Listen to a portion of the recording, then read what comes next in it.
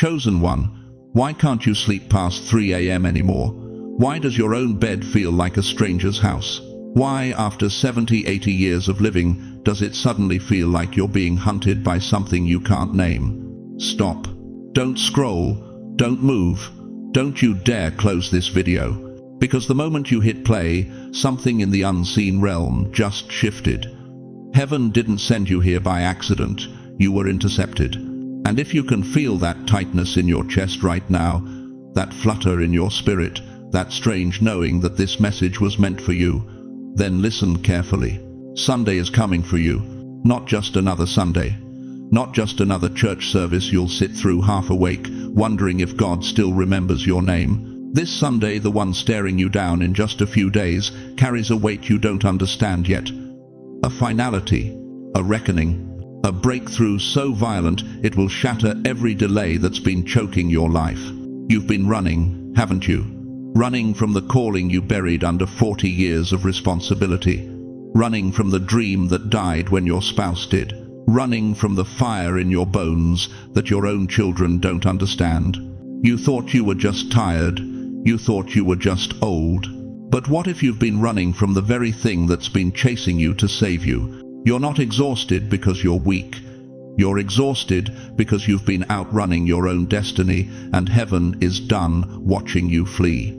Think about Jonah. Bought a ticket in the opposite direction, thought he could escape God's assignment, ended up in the belly of a whale for 3 days, not as punishment, but as redirection. That whale didn't swallow him to kill him.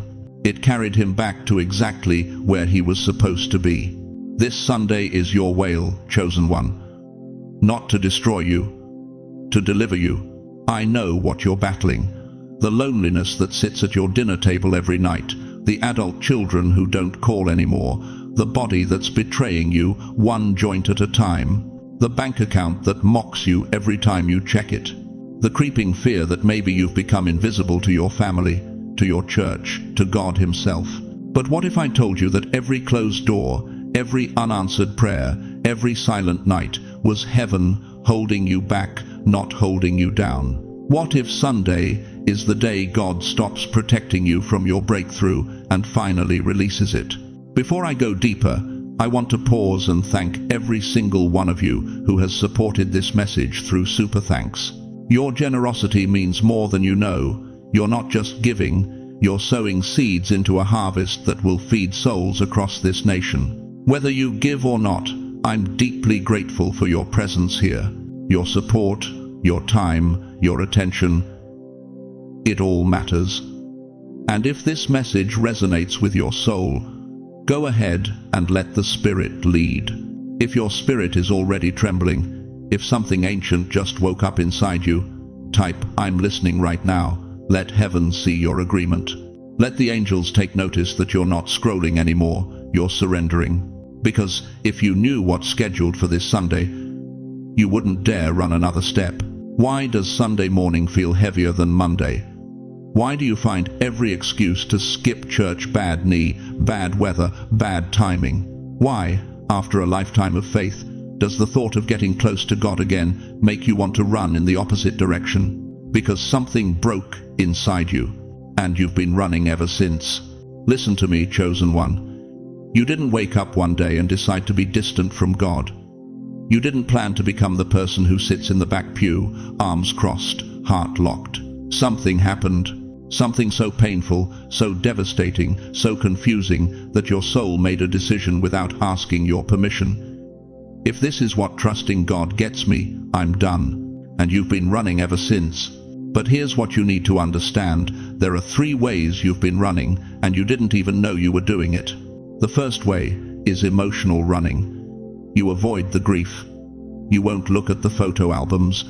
You can't drive past that street where you used to live when life made sense. You refuse to talk about your spouse because if you start, you'll never stop crying. You've built walls so high around your heart that even you can't climb back in. You call it moving on. God calls it running, because grief that's never processed becomes a prison you carry everywhere you go. The second way is mental running. You fill every waking moment with noise. The TV is always on. The news cycles through your brain like a hamster wheel. You worry about things you can't control. Politics, the economy, your grandchildren's choices. You stay busy, distracted, drowning in information because if you ever got quiet, really quiet, you'd have to face the questions you've been avoiding. Did I waste my life? Did any of it matter? Does God even care that I'm still here? The third way is spiritual running, and this one cuts the deepest. You pull away from God after disappointment. You prayed for your marriage, it ended. You prayed for your health, it failed. You prayed for your children, they walked away. You prayed for decades, and it feels like heaven hung up on you. So you stopped praying, not all at once, not dramatically, you just faded. Church became a routine instead of a refuge. The Bible became a relic instead of a lifeline. And God became someone you believe in but don't really trust anymore. You didn't run because you were rebellious, you ran because you were wounded. Think about Elijah, 1 Kings chapter 19. This man just called down fire from heaven, just defeated 450 prophets of Baal, just proved to an entire nation that the God of Israel is alive. But one chapter later, he's sitting under a broom tree in the desert, begging God to let him die. I've had enough, Lord.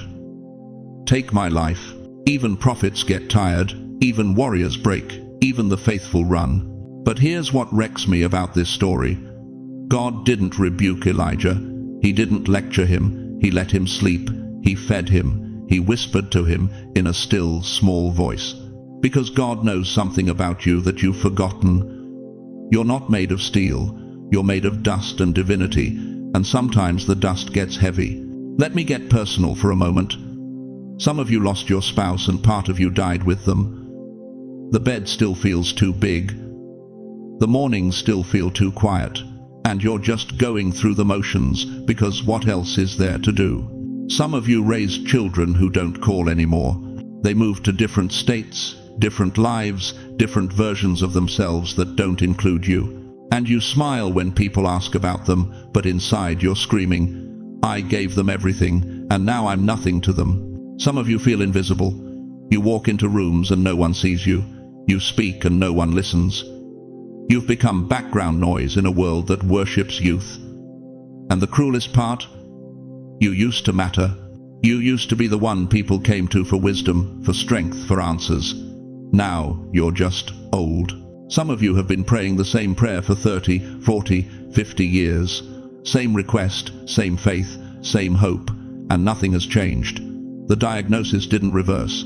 The prodigal didn't come home. The financial breakthrough never broke through. And somewhere along the way, you stopped believing that God is good and started believing that maybe you're just not important enough for Him to notice.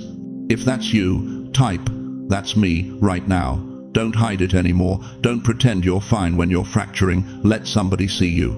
But here's the revelation that's going to shatter everything you thought you understood about your own story. You didn't run from God. You ran from who you used to be. You ran from the person who believed prayers always get answered. You ran from the version of yourself that had hope, that had energy, that had dreams. You ran from the you that trusted easily, loved deeply, believed wildly, because that person got hurt. That person got disappointed. That person prayed and bled and gave everything and still ended up alone at 75, wondering if any of it meant anything. So, you killed that version of yourself, and you've been running from the grave ever since. But what if this Sunday, is the day God stops letting you run? What if heaven has been chasing you, not to punish you, but to resurrect the part of you that you buried? What if the breakthrough you've been avoiding is the only thing that can bring you back to life? Because, chosen one, you can't outrun your destiny. And Sunday is the day your destiny catches up. Listen to me carefully, chosen one. Sunday is not a day. Sunday is a divine appointment with your name written in blood-red ink across heaven's calendar. For decades, you've treated Sunday like just another slot on the week's rotation, church at 10, lunch at noon, nap by 2. But what if I told you that Sunday carries a frequency that no other day possesses? What if I told you that the same power that rolled away the stone on Sunday morning 2,000 years ago is about to roll away every obstacle that's been blocking your destiny? Sunday equals resurrection. Sunday equals reset. Sunday equals reversal. You see, it wasn't random that Jesus chose Sunday to emerge from that tomb. He could have risen on any day. But he waited for Sunday because Sunday is the day when God specializes in bringing dead things back to life. Dead marriages, dead dreams, dead bank accounts, dead hope. And right now, your hope has been on life support for too long. Think about it. What pattern has been suffocating you? The pattern of waking up exhausted even after 8 hours of sleep. The pattern of checking your mailbox with dread instead of expectation. The pattern of watching your phone, praying your children will call, knowing they won't.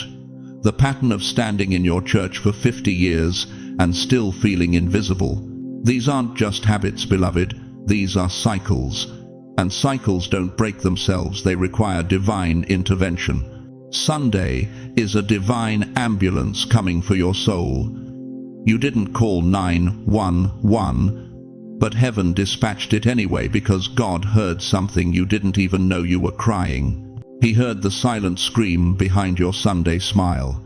He heard the desperate prayer you stopped praying because you convinced yourself he wasn't listening. But he was, he is, and this Sunday the ambulance arrives. Let me ask you something that's going to cut deep. How many more years are you going to live the same week on repeat? How many more Mondays are you going to drag yourself out of bed, wondering what the point is? How many more Fridays are you going to collapse into, relieved that another week is over, but terrified that your life is passing you by? The enemy has convinced you that patterns are permanent. That's his greatest lie. He wants you to believe that how it's been is how it'll always be, that your loneliness is a life sentence, that your financial struggle is genetic, that your family dysfunction is your inheritance. But Sunday is heaven's search party, and they've been looking for you in the wilderness you've been wandering through. Remember the parable of the lost sheep? Luke 15:4 says, "What man of you, having 100 sheep, if he loses one of them, does not leave the 99 in the wilderness and go after the one which is lost until he finds it? The shepherd didn't wait for the sheep to find its way home. He went searching. He left the comfortable 99 and pursued the one." You're that one, chosen one, and Sunday is the day heaven stops waiting for you to stumble back and starts actively hunting you down. But here's what's going to shock you. Sunday is the day your name gets called in rooms you've never entered. Boardrooms in heaven where angels are discussing your case. Throne rooms where your prayers are being answered before you even finish praying them. Strategy sessions where God is orchestrating connections, opportunities, and divine appointments that will blow your mind. While you've been down here thinking you're forgotten, up there you've been the main topic of conversation. You've spent decades giving, pouring, working, sacrificing. You raised children who don't appreciate it. You served in churches that took you for granted. You worked jobs that underpaid and overworked you. You gave your body, your time, your energy, your youth to everyone else's dreams, while yours gathered dust in the attic of your heart. But Sunday is the day heaven starts pouring back into you. Not because you earned it, not because you were perfect, but because God's mercy has a due date and yours just matured. The investment you made in faithfulness, in staying when others quit, in believing when others mocked, it's been accumulating interest in heaven's bank. And this Sunday, the check clears. Isaiah 61:7 declares, "Instead of your shame, you will receive a double portion, and instead of disgrace, you will rejoice in your inheritance." Double portion, not equal, not fair.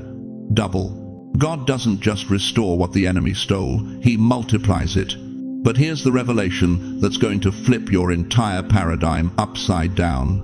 Breakthrough is not something you chase. It's something that chases you when you stop running. You've been running, haven't you? Running from your calling because you think you're too old. Running from your dreams because they seem impossible now.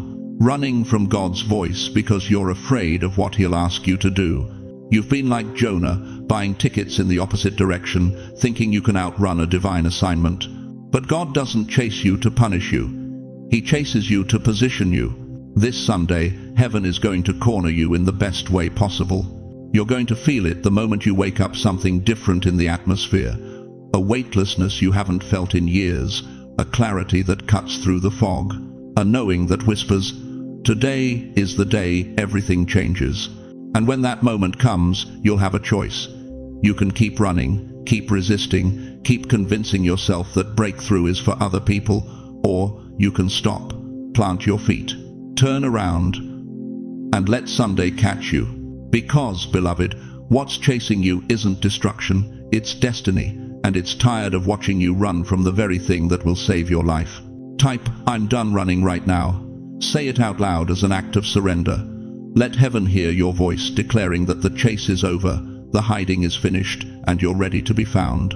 But before you do, you need to understand something that will determine whether Sunday changes your life or just becomes another day you let slip through your fingers. Listen to me carefully, chosen one. For months now, maybe years, you felt something shifting in the atmosphere around your life. Something you couldn't name. Something that made your chest tight and your spirit restless. You thought it was anxiety. You thought it was age. You thought it was just another season of struggle. But what if I told you that what you've been feeling wasn't a warning sign of something wrong? What if it was actually heaven's way of marking you, of positioning you, of preparing you for a divine collision that's about to shatter every limitation you've accepted as normal? There are 3 unmistakable signs that God is no longer waiting for you to find him. He's about to chase you down. And if you've been experiencing even one of these, you need to pay attention to what I'm about to reveal. Sign 1. Spiritual heaviness before heavenly movement. You've been waking up tired, haven't you? Not just physically tired, but soul tired.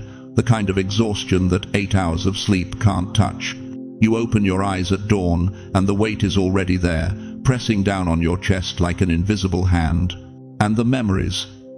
Dear God, the memories, faces from 30 years ago suddenly appearing in your dreams. Conversations you thought you'd forgotten, playing on repeat in your mind.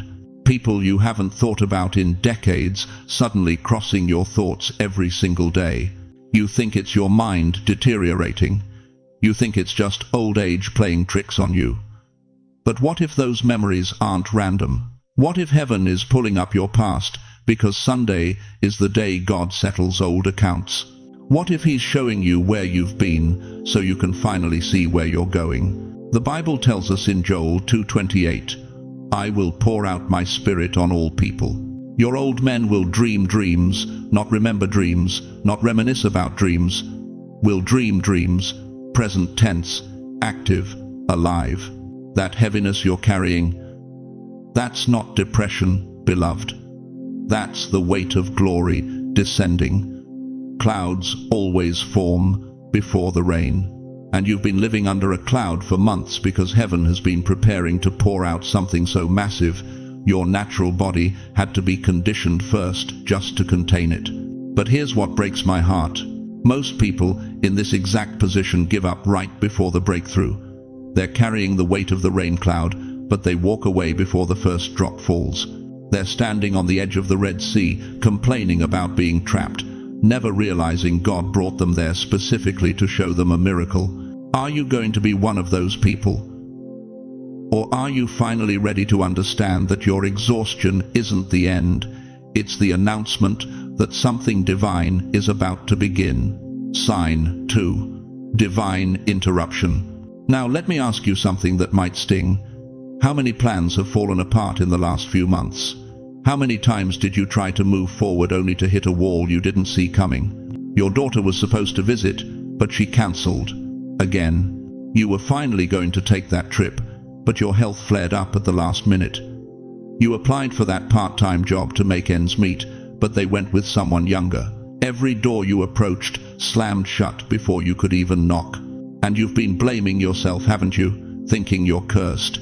Thinking God has abandoned you. Thinking maybe you're just unlucky, just forgotten, just done. But what if those closed doors weren't rejection? What if they were redirection? Think about this.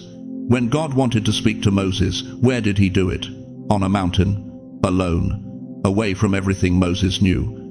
When God wanted to transform Jacob, what did he do? Isolated him, wrestled with him through the night. When God wanted to promote Joseph, he put him in a prison cell where he couldn't run, couldn't escape, couldn't do anything but wait for heaven's timing. God blocks exits when he wants you to face the entrance. Every cancelled plan was God saying, "Not that way."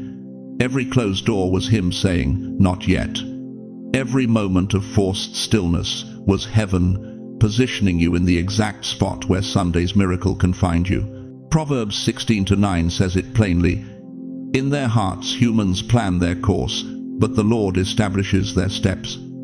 You've been trying to establish your own steps, beloved, but God has been establishing something else, something bigger, something that requires you to be in this exact position at this exact time, with nowhere else to go and nothing else to do except finally stop running and face what he's been trying to give you all along.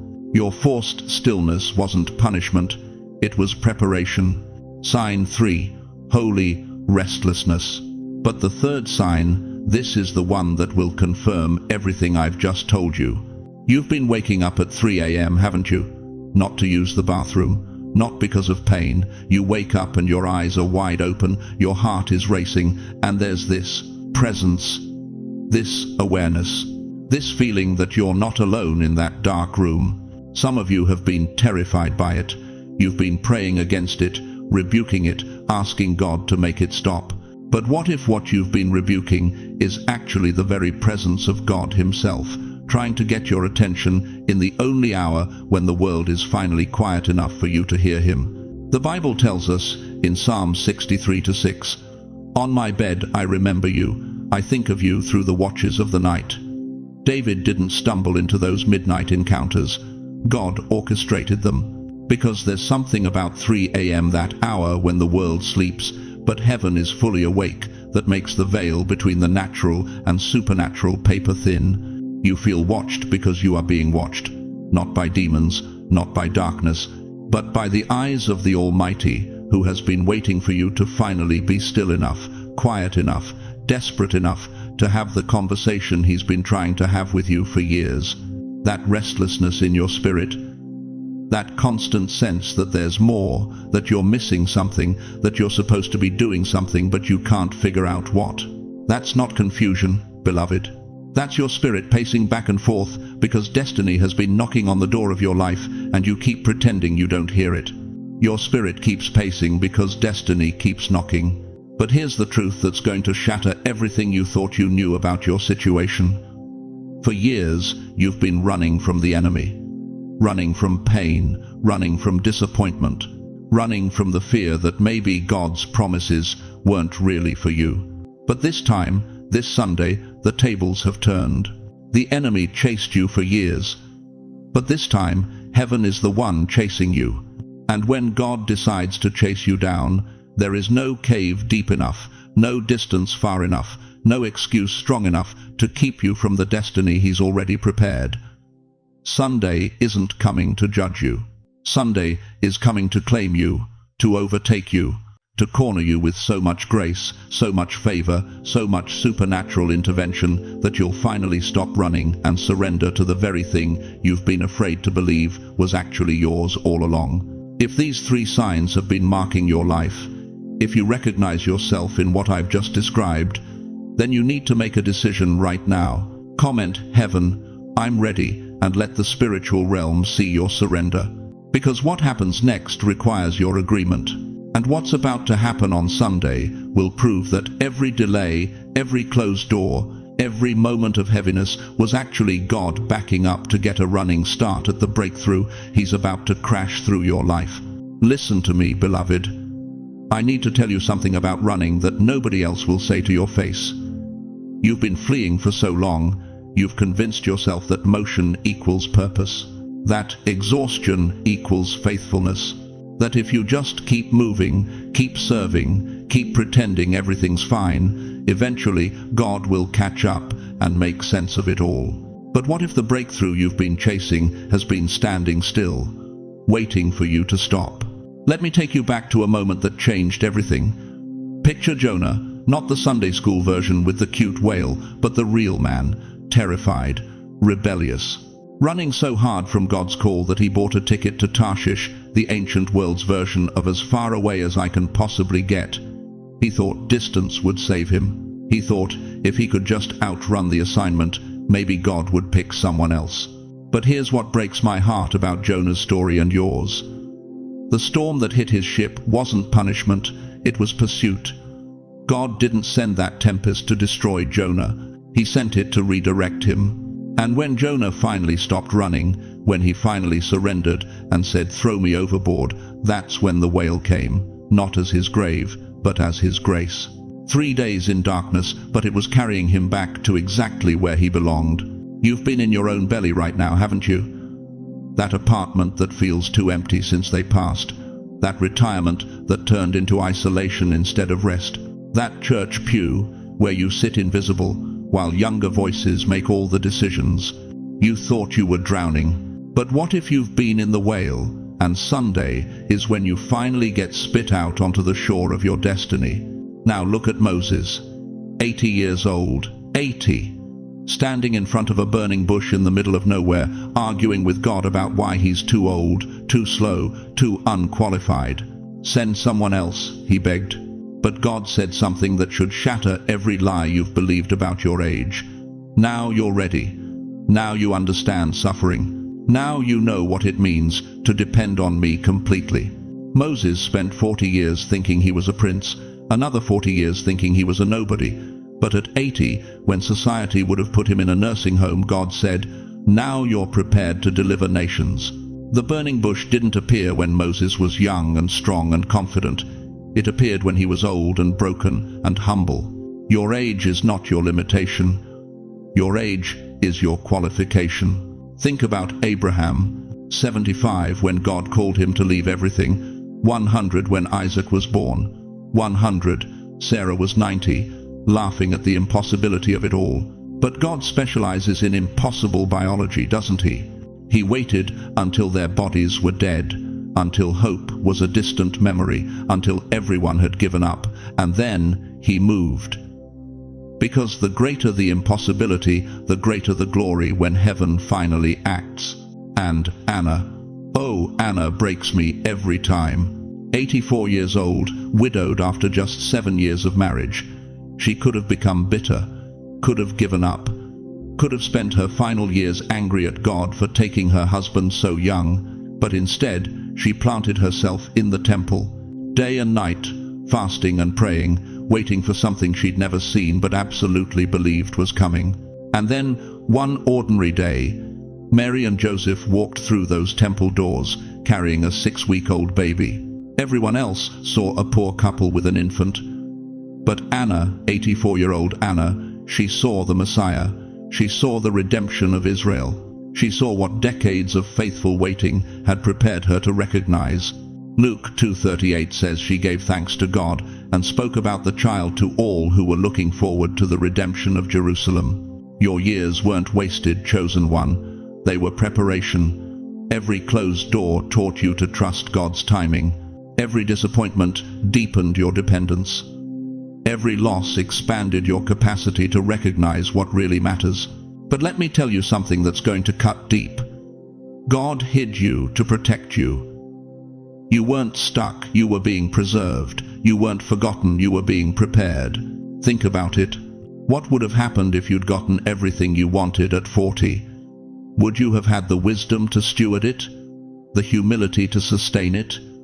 The character to handle it without it destroying you? God loved you too much to promote you before you were ready.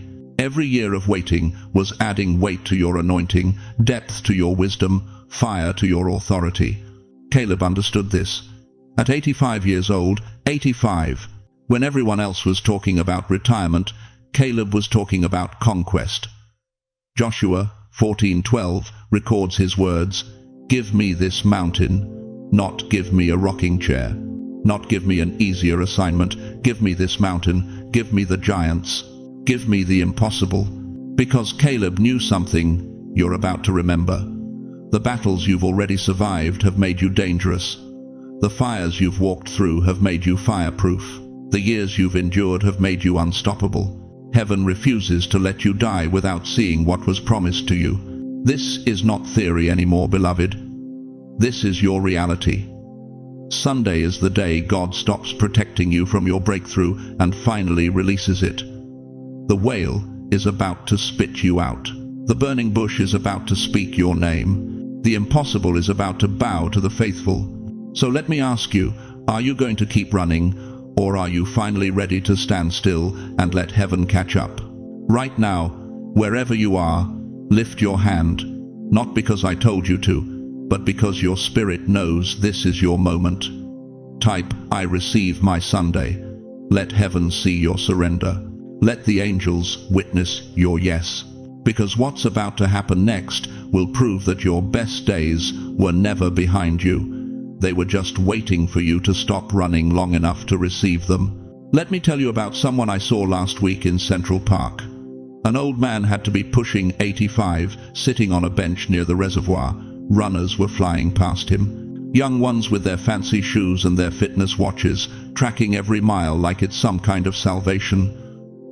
But this old man, he just sat there, still, breathing, watching. And you know what struck me? The peace on his face. I walked closer, and he looked up at me with eyes that had seen everything. I used to run this path every morning for 40 years, he said. Rain, snow, didn't matter. I was always running, always chasing something I couldn't name. Then one day, my knees gave out. Doctors said I was done. And you know what happened when I finally stopped?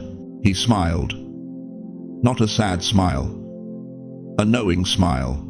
The thing I'd been chasing my whole life finally caught up to me. Peace. Right here on this bench.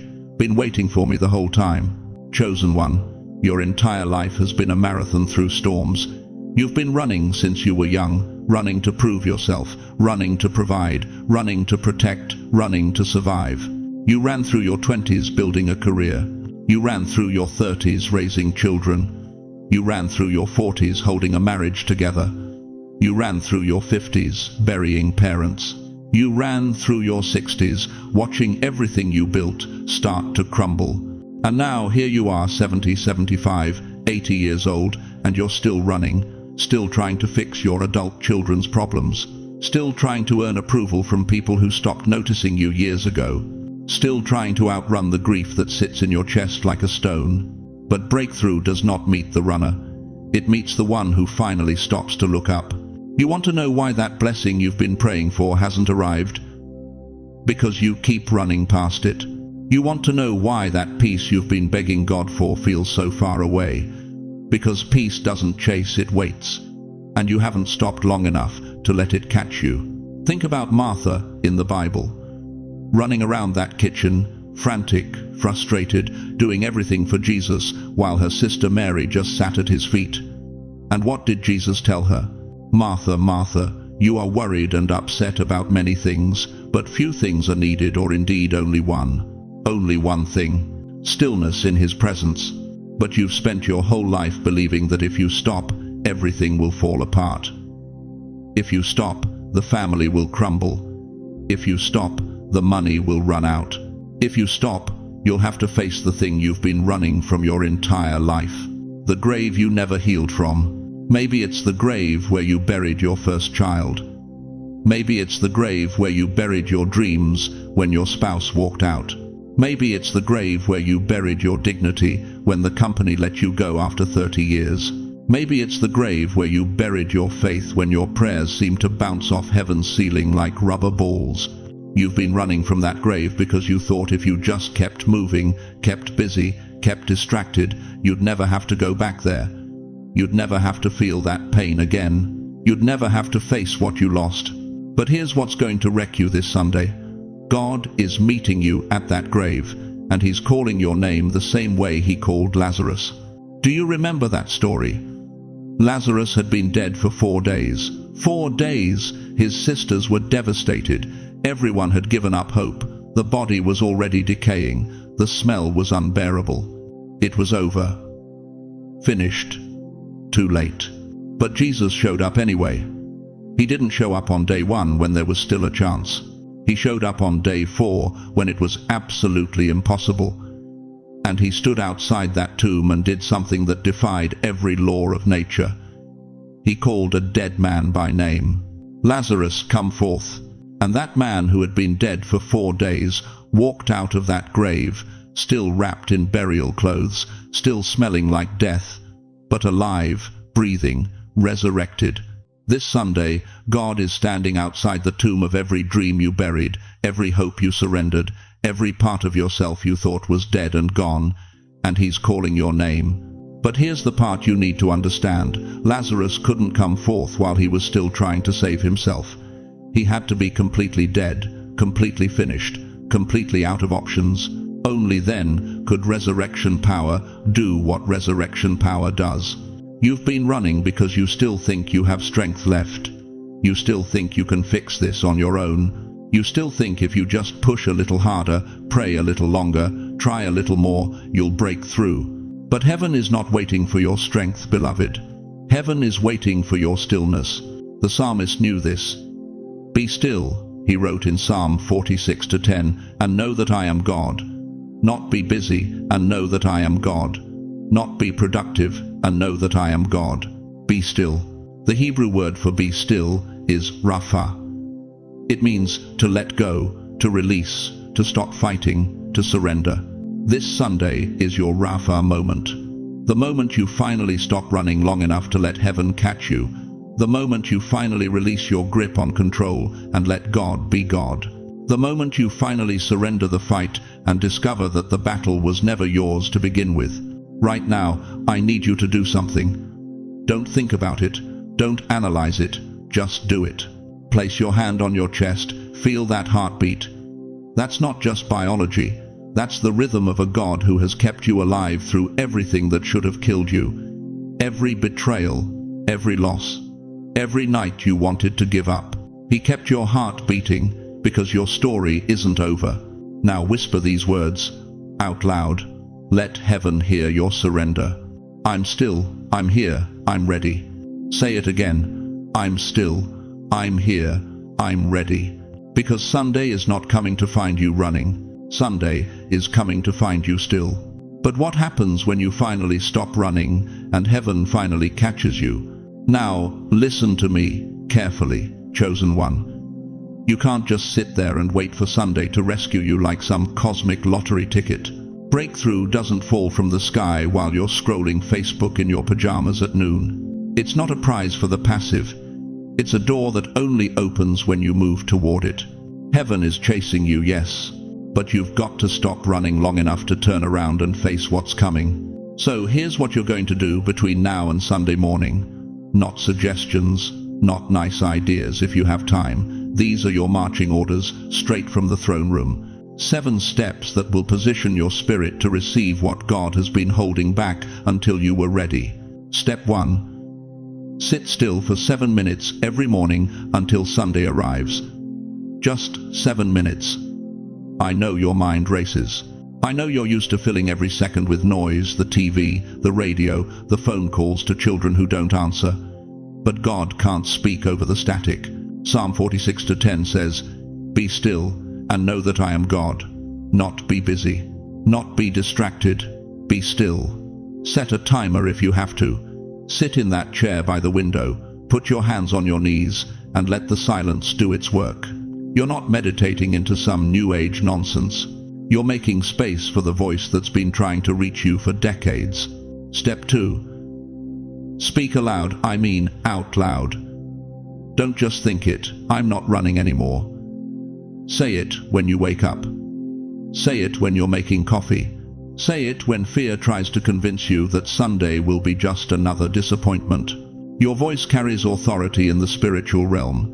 Proverbs 18:21 tells us, "Death and life are in the power of the tongue." Stop speaking defeat over yourself. Stop rehearsing all the reasons why breakthrough can't happen for someone like you. Your words are either building a runway or digging a grave. Choose. Step 3.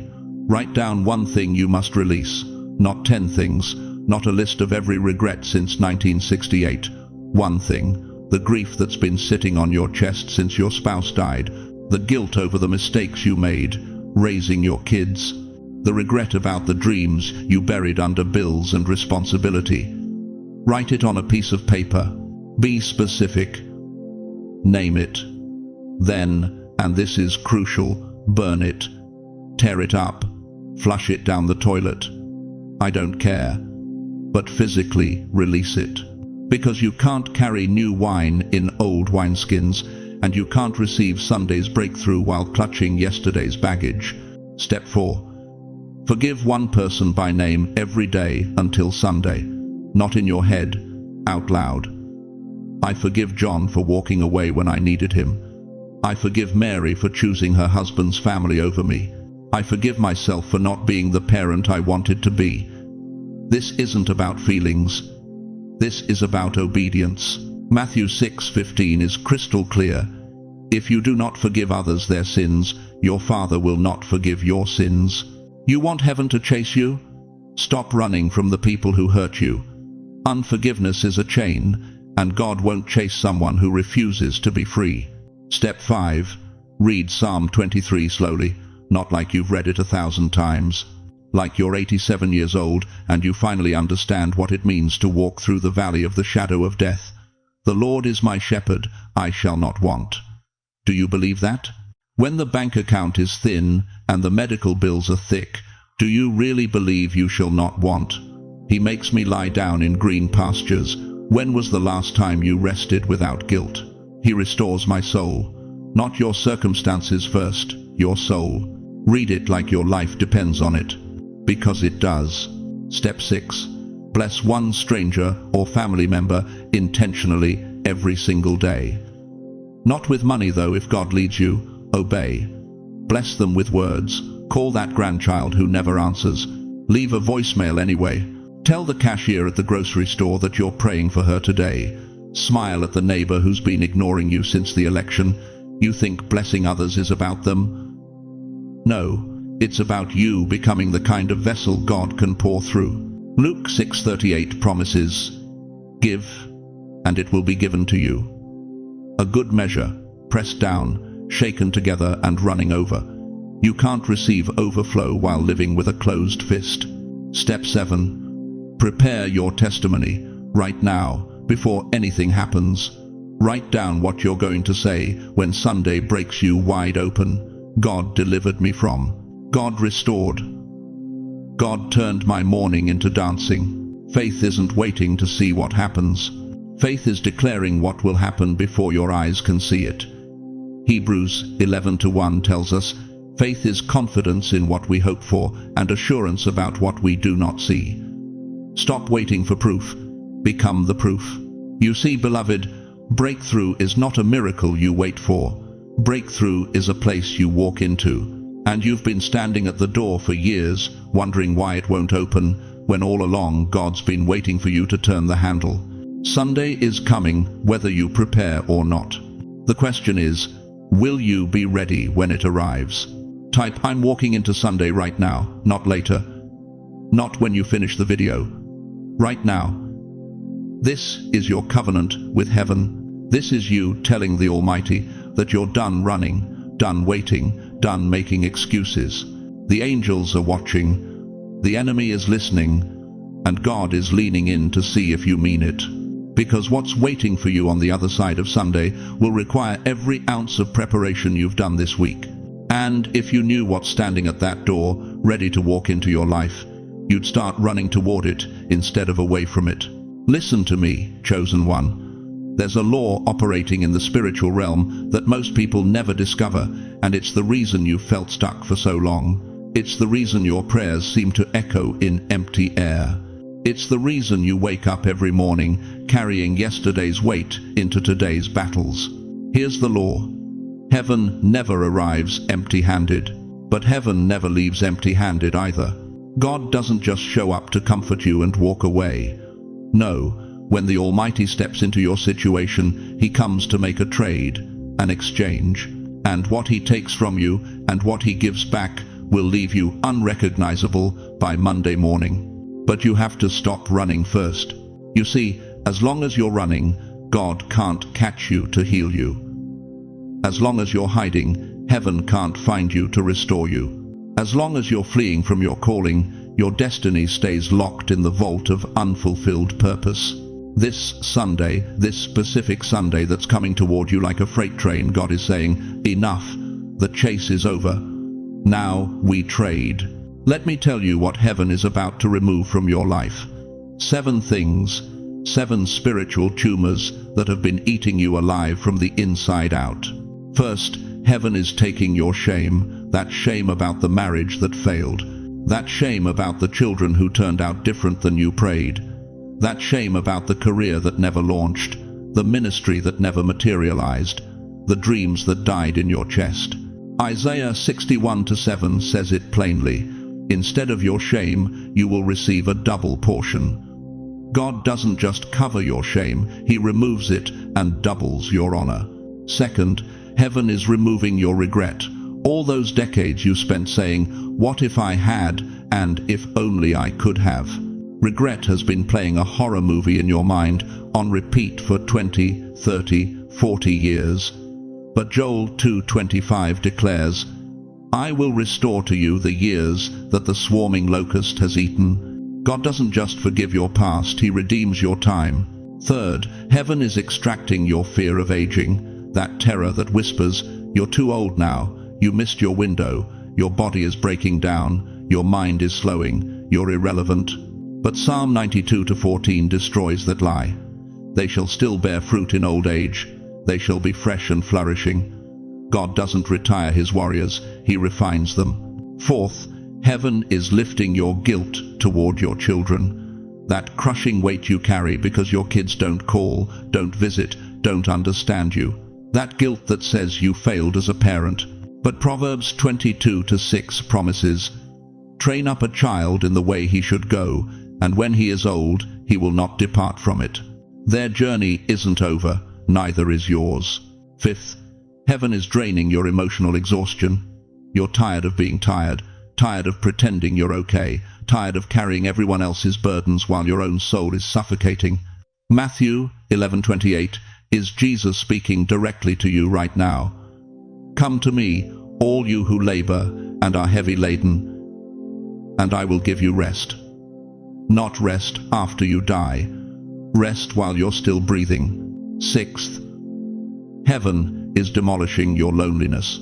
That ache that sits in your chest when you wake up alone, eat alone, pray alone, wait alone for a phone that doesn't ring.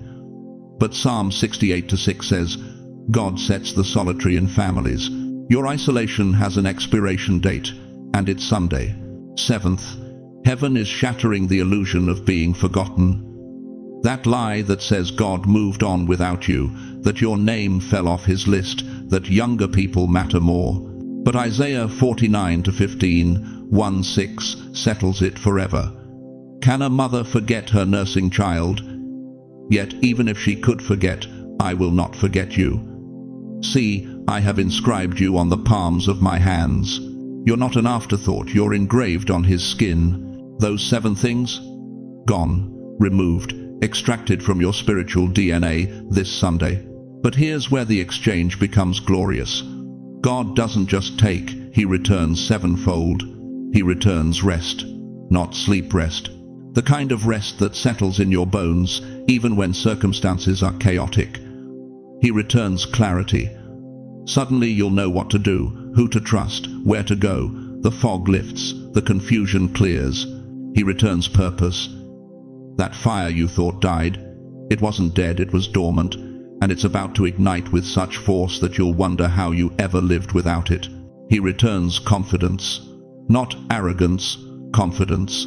The kind that makes you walk differently, speak differently, pray differently. The kind that makes demons nervous. He returns peace. Philippians 4:7 calls it the peace of God, which surpasses all understanding. The kind of peace that makes no logical sense given your circumstances, but it guards your heart anyway. He returns authority, not control authority. The kind that makes your words carry weight in the spirit realm. When you speak, things shift. When you pray, chains break. When you declare, heaven moves. He returns breakthrough momentum. Not a single breakthrough momentum. A cascading series of breakthroughs that build on each other until your life looks completely different 6 months from now. Heaven takes your ashes. Heaven gives you beauty. Heaven takes your tears. Heaven gives you oil. Heaven takes your mourning. Heaven gives you dancing. Heaven takes your running. Heaven gives you arrival. But here's what you need to understand. This exchange isn't automatic. It's available, but you have to accept it. You have to show up. You have to stop running long enough for God to trade what you're carrying for what He's offering. Sunday is not coming to comfort you, chosen one. Sunday is coming to exchange you. To swap out your old operating system for a new one. To replace your tired software with supernatural upgrade. To remove the you that's been surviving and install the you that was designed to thrive. The question burning in heaven right now is simple. Are you ready for the exchange? Write it below. Don't think about it. Don't analyze it. Just type, I am ready for the exchange. Because what happens next requires your agreement, and time is running out. Listen to me carefully, chosen one. While you've been running, something has been following you. Not something dark, not something evil, something holy, something relentless. Something that refuses to let you disappear into the shadows of your own despair. Heaven has been tracking you. Picture this in your mind. See it like a movie unfolding in slow motion. Angels assigned to your life, walking 5 steps behind you through every season you thought you were alone. They've been there, watching, documenting, following the trail of your tears, like breadcrumbs leading them straight to your breaking points. They tracked you through that hospital room in 1987 when the doctor said the word cancer and your whole world went silent. They were there in 2003 when you buried your spouse and stood at that graveside, wondering how you'd survive another sunrise without them. They followed you through 2020 when the phone stopped ringing, when your children got too busy, when loneliness became your only companion at the dinner table. You thought you were wandering aimlessly. You thought you were forgotten. You thought God had moved on to younger, more useful vessels. But Psalm 139 declares something that will shatter that lie. Where can I go from your spirit? Where can I flee from your presence? If I go up to the heavens, you are there. If I make my bed in the depths, you are there. You weren't wandering, beloved. You were being followed. Heaven tracked you through every midnight panic attack when the bills outnumbered the dollars. Through every morning, your knees screamed in pain, but you got up anyway because that's what warriors do. Through every Sunday, you sat in church feeling invisible, while everyone around you seemed to have a direct line to God's blessings. He saw you in that apartment on the 3rd floor where you count pennies and pray over medication you can barely afford. He watched you in that nursing home visiting room when your own grandchildren didn't recognize your sacrifice. He marked your footsteps through grocery store aisles where you put items back because your fixed income won't stretch far enough. And here's what's going to wreck you: every single step you took, every tear that fell, every moment you wanted to give up but didn't, it was all being recorded. Not for judgment, for vindication. You see, there's something the enemy didn't want you to discover. When you run from your calling, when you try to hide from your destiny, when you convince yourself you're too old, too broken, too late, heaven doesn't give up the chase. Heaven intensifies it. Think about the woman with the issue of blood in Mark chapter 5. For 12 years she ran from doctor to doctor, spending everything she had, getting worse instead of better. 12 years of running. But then one day, she stopped running from her healing and started running toward it. She pressed through the crowd, touched the hem of his garment, and Jesus said, "Daughter, your faith has healed you." 12 years of running away, one moment of running toward. Everything changed. But here's what breaks my heart, and I need you to feel the weight of this. How many more years are you going to spend running? How many more Sundays are you going to let slip by, sitting in that same chair, carrying that same burden, believing that same lie that says your moment has passed? Heaven has been 5 minutes behind you your entire life. 5 minutes. Not 5 years, not 5 decades. 5 minutes. Close enough to catch you the moment you stop running. close enough to overtake you the second you surrender. And this Sunday that's racing toward you right now, heaven closes the gap. I'm not talking about a sermon you'll forget by Monday morning. I'm not talking about a feeling that will fade by Tuesday afternoon. I'm talking about a divine collision, an interception. The moment when everything you've been running from catches up to you, and you realize it was never chasing you to destroy you. It was chasing you to deliver you. Jacob ran from his destiny for 20 years. 20 years of schemes, manipulation, trying to outrun the calling on his life. But Genesis 32 tells us that one night God caught him. They wrestled until daybreak. And when morning came, Jacob walked away with a limp, but also with a new name. Israel, Prince with God. The thing that caught him changed him. The confrontation he feared became his coronation. You've been limping through life thinking your pain disqualified you.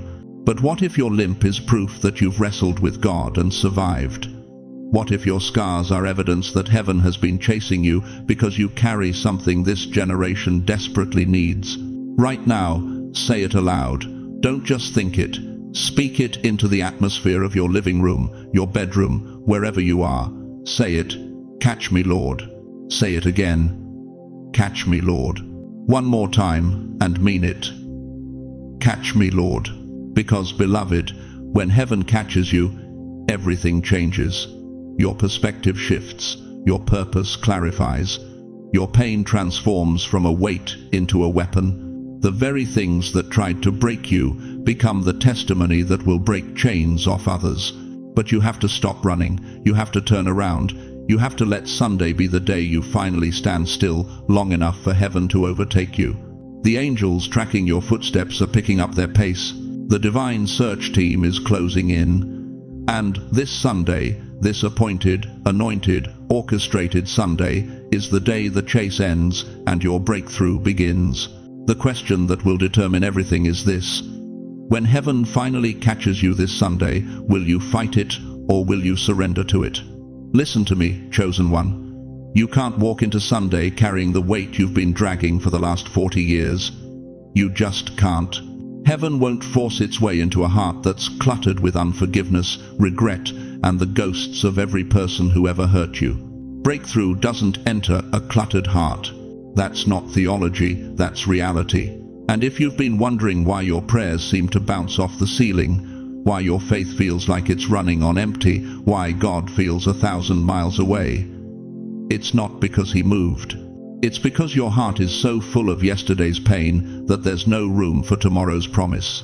Let me ask you something that's going to sting. How many mornings have you woken up rehearsing the same argument with your daughter from 15 years ago? How many nights have you fallen asleep replaying that betrayal, that divorce, that moment when everything fell apart?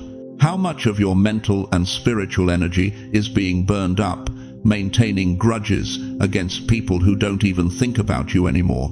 You're not protecting yourself by holding on to that anger. You're building a fortress that's keeping God out. Jesus said it plainly in Matthew 6:14, "For if you forgive other people when they sin against you, your heavenly Father will also forgive you." But here's what most preachers won't tell you. This isn't just about forgiveness being nice or noble or the right thing to do. This is about spiritual mechanics. This is about clearing the channel between you and heaven, so that when God speaks on Sunday, you can actually hear him. Your breakthrough is scheduled, but you have to make room for it. Now I'm going to ask you to do something that might be the hardest thing you've done in decades, and I need you to do it before Sunday arrives. Not next week, not when you feel ready, right now. This is your threshold moment. First, I want you to sit in complete silence for 2 minutes, not with the TV on, not scrolling through your phone, just you and the quiet. Let your breathing slow down. Let the noise in your head start to settle. And in that silence, I want you to whisper these 6 words out loud. Lord, I'm not running anymore. Say it until you mean it. Say it until something breaks inside you. Say it until you feel the shift. Next, I need you to release one regret. Just one. Think about that decision you've been punishing yourself for. That moment you wish you could take back. That choice that's haunted you for years. And I want you to consciously, deliberately let it go. Not because you earned the right to be free from it, but because carrying it into Sunday will abort what God wants to birth in your life. 1 John 1-9 promises us, if we confess our sins, He is faithful and just, and will forgive us our sins and purify us from all unrighteousness.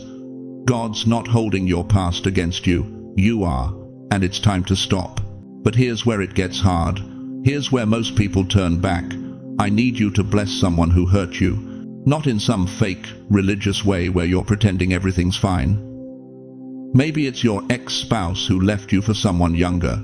Maybe it's the adult child who hasn't called in 3 years. Maybe it's the doctor who missed the diagnosis. Maybe it's the friend who spread lies about you at church. Whoever it is, I want you to whisper their name and say, I release you. I bless you. I forgive you. You don't have to feel it yet. You just have to choose it. Because Jesus didn't say forgive them when it feels good. He said, Father, forgive them while the nails were still in His hands. Now, if you have a candle, light it. If you don't, place your hand on your chest, right over your heart. And I want you to feel that heartbeat, that rhythm, that proof that you're still here, still breathing, still alive. Every beat is God saying, I'm not done with you yet. The moment you do this, the moment you physically, tangibly demonstrate your willingness to let go, heaven reads your surrender as a signal. Angels lean in. The Holy Spirit moves. God Himself takes notice that you're finally ready to stop clutching yesterday and reach for tomorrow. Because here's the truth that will set you free. Breakthrough is not about being worthy. Breakthrough is about being willing. You're never going to feel ready enough. You're never going to feel holy enough. You're never going to feel strong enough. But willingness? Willingness is the only currency that matters in the kingdom of God. When God sees a willing heart, He moves heaven and earth to meet you there. David wasn't the most qualified to be king. Moses stuttered. Peter denied Jesus 3 times.